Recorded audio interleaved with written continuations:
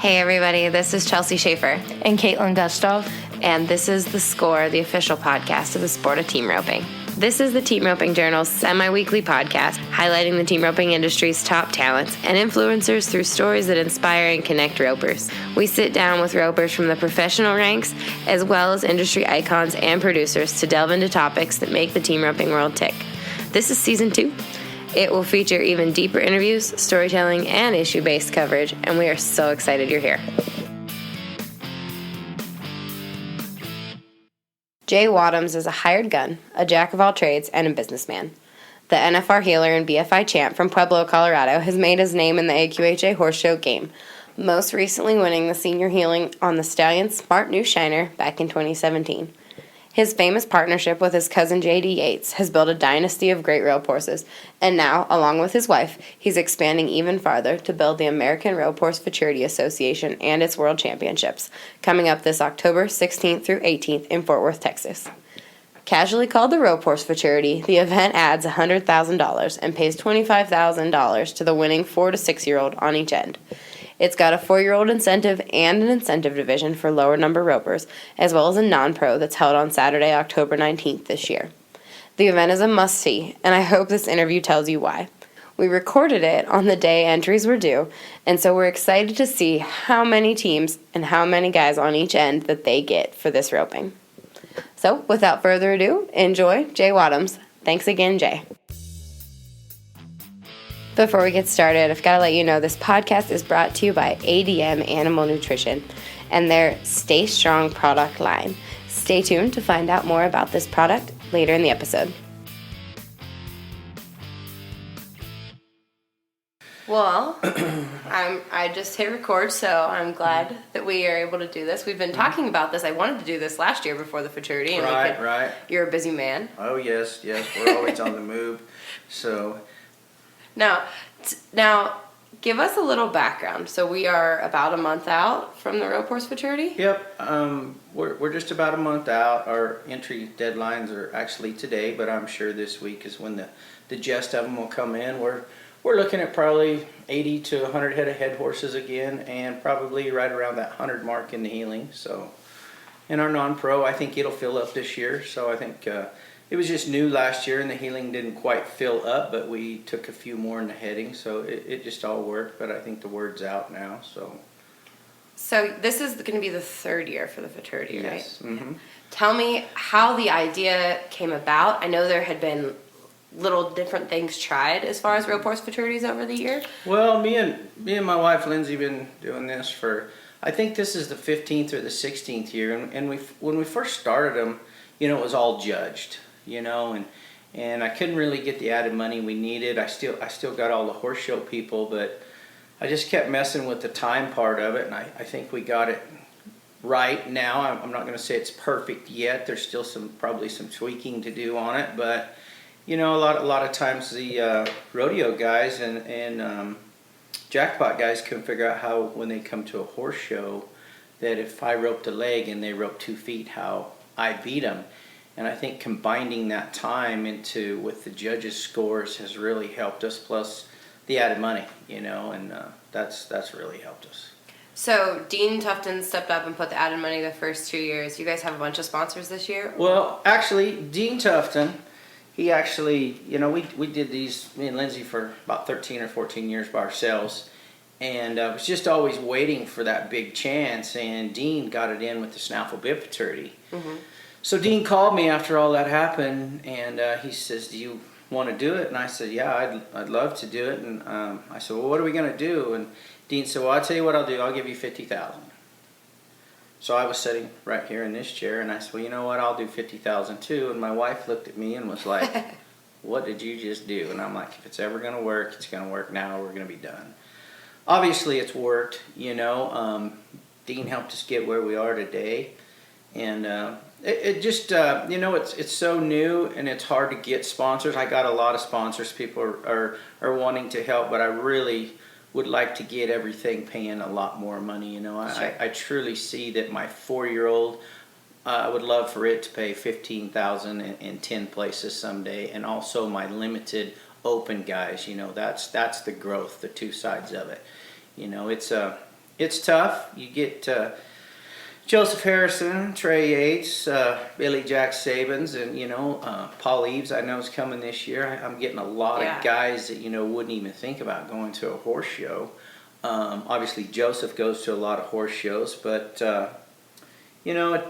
it's tough. But the growth is on the 4-year-old and the limited open guys. Okay. Now, what about this time in the history of team roping makes it perfect I for think Rope Horse Futurities? This was perfect timing. I think, there's so many people roping now. There's so many people that have made money that want to go out there and they want to buy a really good looking, really broke horse, and they're not afraid to spend some money for one. Everybody wants to look good when they ride in the pen, and people can afford them now. And these ropings are paying so much money, which is phenomenal. Denny Gentry has done a great job with all of that, and I think this just gives us a place to showcase some good horses, and each year here in Fort Worth, I get more people coming, more people in the stands, and for the ropers. I know like Driggers was there the first year, Nick Sartain, some of them guys, and they were up there watching, looking for good horses. They all climbed down out of the grandstand trying to buy good young horses because they're always looking, And I think there's just going to be a lot more people this year, especially with what we're doing with a final performance type of a deal on Friday night at 6 o'clock. We're going to do all the finals of the Futurity heading and the Futurity heeling. So, and I think the other thing too is I tell a lot of the families with young kids, I go to high school rodeos with my son, and I'm like, you want to take your kids someplace to go watch some good guys rope and rope correctly. It's not about being 3 flat, and it's not about being, fast or 4 flat. Come watch Ryan Motes, Joseph Harrison, Billy Jack, Trey Yates. These guys are phenomenal. I love to watch it all day. Chad Masters, JoJo will be there. There's just a lot of good team ropers there now, and it's good watching. Yeah, I know last year we wrote a story about it, but I loved watching the helpers. That was unbelievable. Yeah, watching Clay Smith and Chad Masters do work. All those guys, and I know I'm probably leaving some out, but it's just it's just good watching, and they're all riding good horses. I know my cattle guy Zane Edmondson. He said, that's the best roping to watch all year. There's so many good horses and so many good ropers, Yeah, we've gone since the first year and are going to go again. I'm bringing my whole family this year, so it's great watching for sure. We fly in for it. Well, I've told a lot of people, I said, come down there and watch it. Now they come every year, And not only what's great about the roping is, you can go there and you can watch Thursday and Friday and Saturday mornings are non-pro, but then the Snaffle Bitch, they pay out over $1 million there on Saturday afternoon, so it's a great venue all weekend of good horse. Yeah, things, it's really cool that I don't know the politics of it, but moving it all to Fort Worth was a nice move. It was for us in the team roping world. Yeah, anyway. it was a nice move for everything. The best part, people can come there, and if they get interested, they can go talk to one of these trainers and be like, well, I'm interested in getting into this. Well, so and so's got a really nice 3-year-old over here that's probably not going to go on in the cow horse. Go over there and talk to one of those cow horse trainers. Go over there and buy you a horse. Put him in training. You got 4, 5, and 6.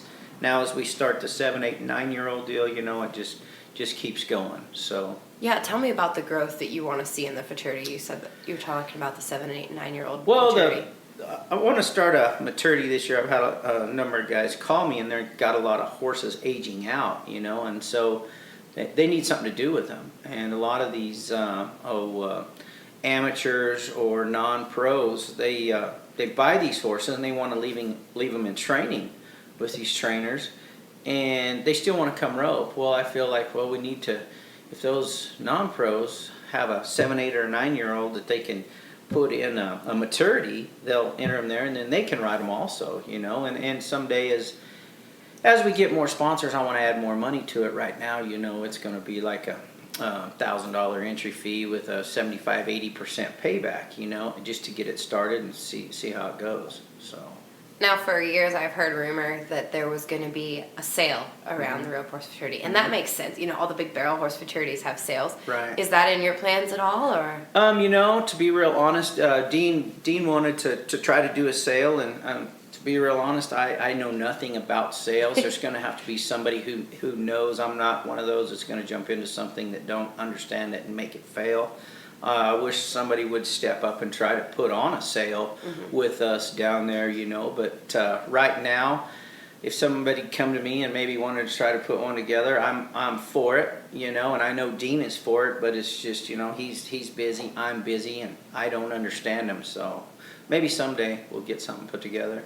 Now, do you think, you talked about the cow horse prospects. Obviously, a lot of cow horse prospects end up at your fraternity one day or another. Do you see a big opportunity for growth in the breeding market, in specifically breeding for rope horses rather than cow horse rejects, barrel horse rejects, Well, I think that, a lot of people breed for that cutter or they breed for that cow horse, and, not every horse makes it. So this is a great outlet for those horses who don't make it. I got a number of cow horse trainers this year that are entering the Futurity. First off, because they can train a good horse. Those guys are, they're phenomenal.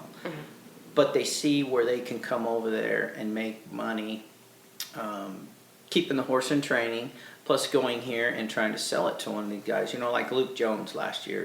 He's been a rope horse trainer forever, but he's been a cow horse trainer forever. He come there and he was winning in the limited part of it. He was winning in the Futurity part of it. He won $35,000 on a rope horse Futurity last year, and I think he's a number 5 or a 5+.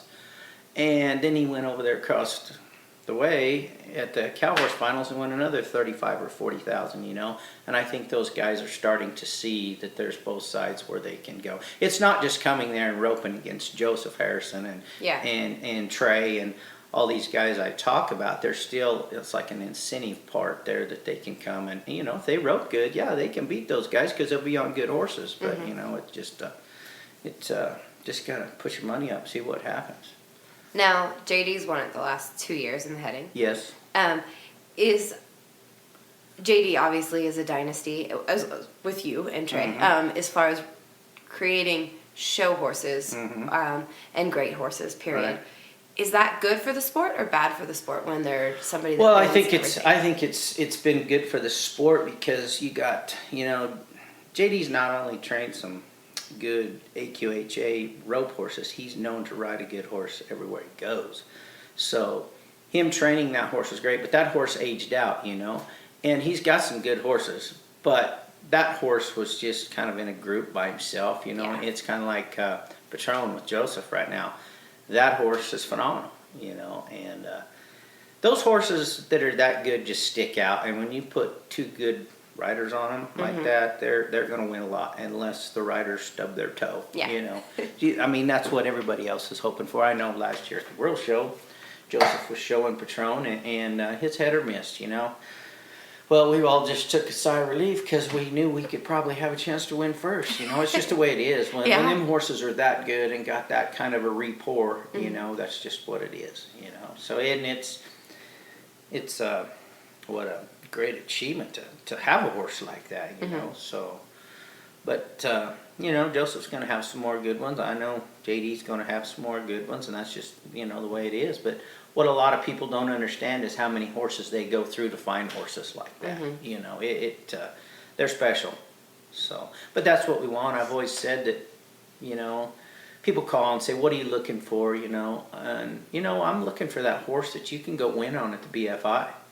That's what we're looking for. Those old horses like Charles Bogrove.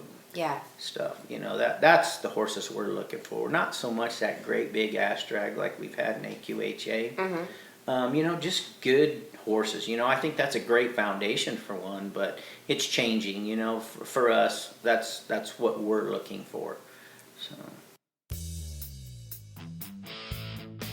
All right, we've got to take a break from this interview with Jay to talk about ADM Animal Nutrition. They're sponsoring this episode, and they're announcing the relaunch of their Stay Strong product line. ADM Stay Strong Metabolic Mineral Pellets are a mineral, vitamin, and digestive supplement designed for starch-sensitive horses to help them receive much-needed nutrition without the extra calories and starch. ADM's Stay Strong 33 Ration Balancer is a pelleted protein, vitamin, and mineral product designed for horses that need additional protein, such as growing horses, broodmares, and the high-level performance horse. Learn more and find a retailer near you at admequine.com.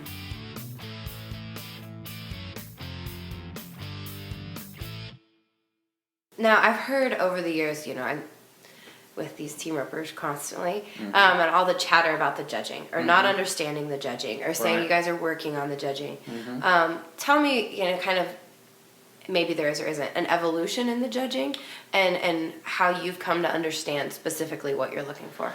Well, the kind of guys that I'm looking for to judge my events, and all the last 3 years, I'm looking for guys who have showed horses, and I'm looking for guys who have rodeoed, both sides of the spectrum. Like T. Woolman, Nick Sarche, Jay Ellerman, Justin Johnson. This year we have Mark Ray and Sean Darnell. These guys have all showed horses throughout their career, and they've all rodeoed throughout their career. And it takes it's just not all about going out there and being a fast time. Your horse has got to look good. Just because you make a really fast run don't mean your horse looked good doing it, And I've just always tried to get some guys from both sides of the spectrum. And yes, it is getting tougher now. Now that we have some good video and stuff, we sit down with these judges and we try to show them anybody can sit there and look and see what kind of horse they like. But actually judging it and putting it on a piece of paper is really tough. So, 2 days before the event starts, we take our judges and we might go do some live judging, or right now I have some really good footage Pace Freed put together for me, and we got some awesome. slow motion video. We got some live action video that we did at Lazy E this year, and this year we're going to have 2 slow motion different views and 2 live action. So it's getting better, and I don't care what they say. I could sit there with JD, everybody knows me and him been together our whole lives, and we wouldn't judge it the same. We'd look at different things. And it's just like a bronc riding, a bull riding, a cutting, cow horse. It's not always going to be perfect when it's a judged event, but I do feel like if they get the first 4 or 5 up there in the right order, those horses that really stick out, the judges are doing a good job, Do they sit together, or how does? The first year they did sit together, and I had some feedback on that. Oh, so really? now I set one on each side of the arena, wherever they want to be. I've had some people ask me about maybe just getting headers to judge the heading, just getting heelers to judge the heeling, and that's all good. But then there you go. It all comes down to a financial. It's just It takes a lot of money. I try to pay them guys good to come and do it because I want good people. And as we get going, maybe we can do something like that. I do understand when you sit there and watch 100 head horses go 3 times that day, that's a lot. Well, the first year we had the Futurity, I was thinking we would have 50 head horses, 75 heel horses. We showed for 18 and a half hours. I had 1 day to do it. We made it work. It was long. So next year NRCHA said, hey, you can have 2 days. Well, this year we're putting it over 3 days, so maybe a bit a little easier on our judges. How has the feedback been from the NRCHA of having you guys as a part of? I think they see the people we bring. I do know that all the trainers. I'm good friends with a lot of the trainers. I go to a lot of I go to all the major events with my wife. She shows cow horses with Corey Cushing, and them guys love it because they can move some horses. Maybe if those horses ain't going to make it, they can sell them. The owners can get some money, buy another one, And then, like I say, a lot of these guys are keeping them themselves. I know Matt Cook's entered this year. He hasn't been there, and just getting those guys to enter, I think it's good. They're all great horse trainers, and they can train anything. So it'll be good, be interesting. I remember the first year I went. I had texted a few friends in the industry, and they were like, "The what?" And I was like, I'm flying in for the Rope Horse Futurity." Right. And sure enough, I was sitting with one of the heads of Wrangler, Resistol, and none of them had even realized that it was happening. Right. But sure enough, all the heads of industry are essentially sitting in a front row, just amazed by it. Right. So. Well, and that's what we're trying to get, some corporate sponsors. Right now, have a lot of people, a lot of owners. Breeders, supporting this because they see what it's doing for the industry, and I have a lot of people wanting us to do more events. Right now, I don't really want any more events. I just want to keep them right where they're at and keep them all good. Right now, I have people asking me when's Scottsdale, when's Tulsa, And that's what I want. I think if you get them too spread out, then everything's going to be too broken up. Sure. Now, obviously, there is a couple others that might be coming in, maybe Casper, Wyoming, and up in North Dakota somewhere on a little smaller scale, which is great. I think up in those two areas, we'll get some different people coming, then we can get them all come to Fort Worth. Yeah, Casper feels like we could bring a couple Right. colts up to Casper. Exactly, That's not too and far. you know, Yeah. and then you touch Montana and Utah, Sure. and that's kind of what we need to do, you know. But it's tough. It's hard to get the money, you know, and that's what I tell everybody. I have no problem putting on a Rope Horse Futurity, but I can't get the money for you. You know, my people are very good right now, and things are rolling. But you know, if other people get together and want to do some, I think it'd be fine.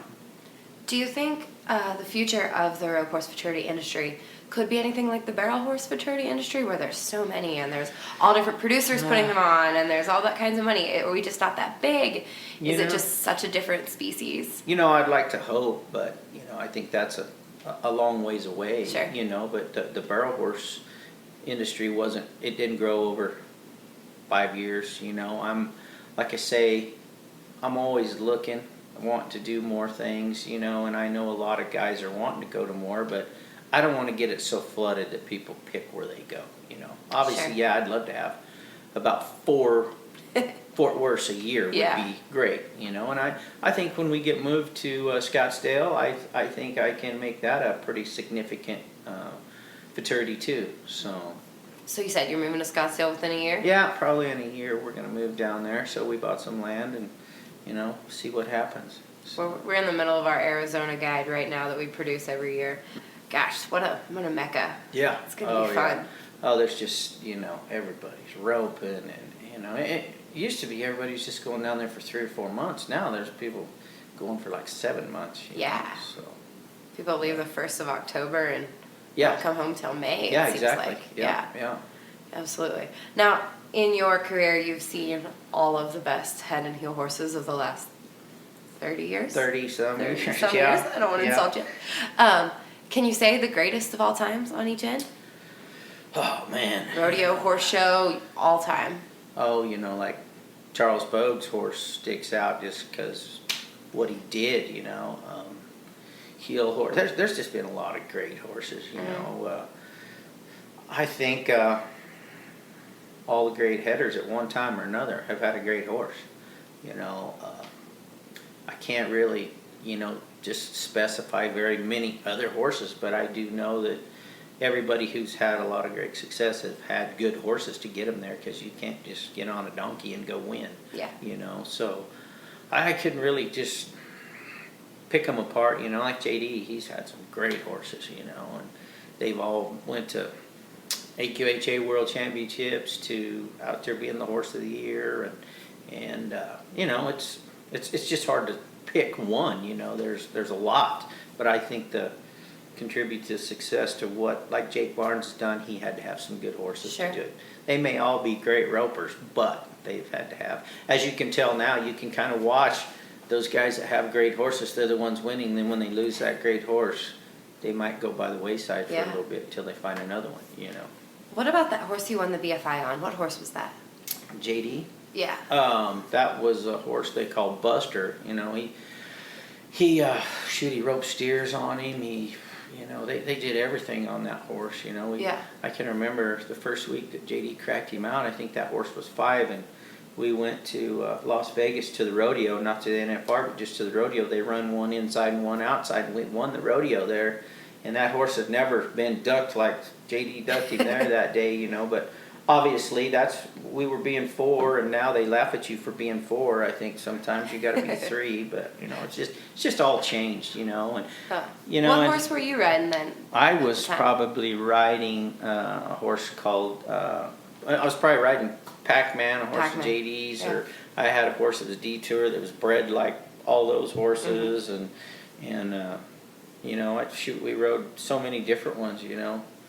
But if somebody were to watch you and JD both working on a 4-year-old, you know, maybe watch you in the morning and watch JD in the afternoon, what differences would they see in what you guys do? Well, me and JD's success has always been, you know, I'm not known as a horse trainer per se. I've never liked the aspect. I've always been that guy of, I don't care how good a horse you put me on, if I can't catch on him, it's still a zero.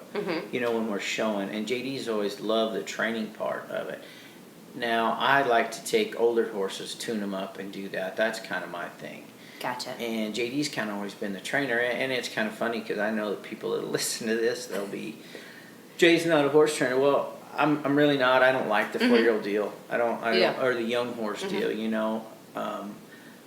All the trainers, they say when we go to the horse shows and they get me to ride him, well, he's not ready for Jay yet. And everybody knows, you know, and they get him when they're kind of almost seasoned, and then I can get on and go show them, you know. All my guys I work for at the horse shows, they get them ready for me, you know. I don't have any training horses here. Yeah. I've just always kind of been a hired jockey. So, you know. That's awesome. Which is a great job. Yeah, absolutely. Yeah. Now, what, tell me, were you and JD raised together? How did that evolution happen? Well, my mom and Dick are brother and sister. Okay. And, you know, we just grew up together, you know, and I grew up roping. When I got to be in high school, they would always go to Arizona in the winter to rope. And I started staying there at their place and, you know, feeding, taking care of stuff. And this is way before we had any show horses or anything, you know.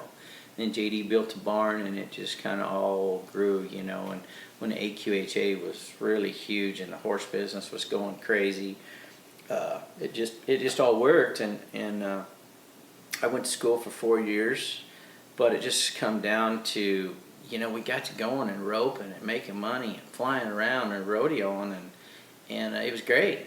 You know, I quit school and very fortunate. That was a great way to make a living, you know. I'd go to a horse show and make some money, go back out there rodeoing, and, you know, had a little job on the side to make it all work, you know. So, and that's kind of how it all went. We started working for some people in Collierville, Tennessee, Lee and Alma Lyles, and JD was riding their horses, and they hired me just to go and head or heel for him.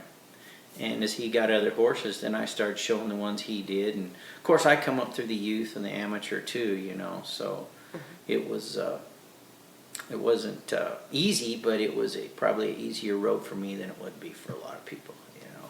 Did your mom rope? My mom roped. My dad roped, you know. Yeah. Our whole family roped, you know. And, you know, obviously Dick and JD's family roped. Sure. So, yeah. Did your mom have the bug, like Dick had the bug as far as roping? Yeah. My mom run the Miss Rodeo America pageant for 20-some years, you know. Gotcha. And she still likes to ride, and they come over to my house, you know, 2 or 3 times a week and rope or ride or watch the boys rope or, you know, so. Are you going to encourage your boys to make a career out of roping? Oh, you know, they both rope good. They've done good at the World Series. You know, I wouldn't discourage them, but you know, it's a rough life. It's a tough life, you know. But if they wanted to do it, I'm all about it. But I think right now, a young kid starting out, I always tell them, go do it while you can. You know, it's a lot tougher when you get married and have kids and a house payment. Not that there ain't some guys doing it, but there's just not as many that can make it work, you know. But go do it while you can. You know, you got the rest of your life to work. Get after it, you know. You don't want to be that guy 40, 50 years old sitting at home wondering if you could have did it, you know. So. Absolutely. Well, sir, that is what I needed. Okay. Rope Horse Futurity, before we go, what are the dates? 17th, 18th, and 19th of October. We'll start Thursday, 8 o'clock in the morning. We're going to run the first 3 rounds of the heading, kind of be a short day. Then we go Friday morning, the 18th, start at 8 o'clock. We'll run the first 3 rounds of the healing. And then Friday night, 6 o'clock, we're going to do the finals of the heading and the healing. Saturday morning, we will do all the non-pro stuff and then be able to get done, go right over there in the Will Rogers Coliseum and watch the Snafflebait guys do their thing. And you guys are in the John Justin Arena this year, Yes, we'll correct? be in the John Justin, yeah. Awesome. Thank you so much. Yep, thank you. Thank you. Thanks again for listening to this episode. Remember, it was brought to you by ADM Animal Nutrition and their relaunch of the Stay Strong product line. Their Stay Strong Metabolic Mineral Pellets are a mineral, vitamin, and digestive supplement designed for starch-sensitive horses to help them receive much-needed nutrients without the extra calories and starch. Find out more at admequine.com.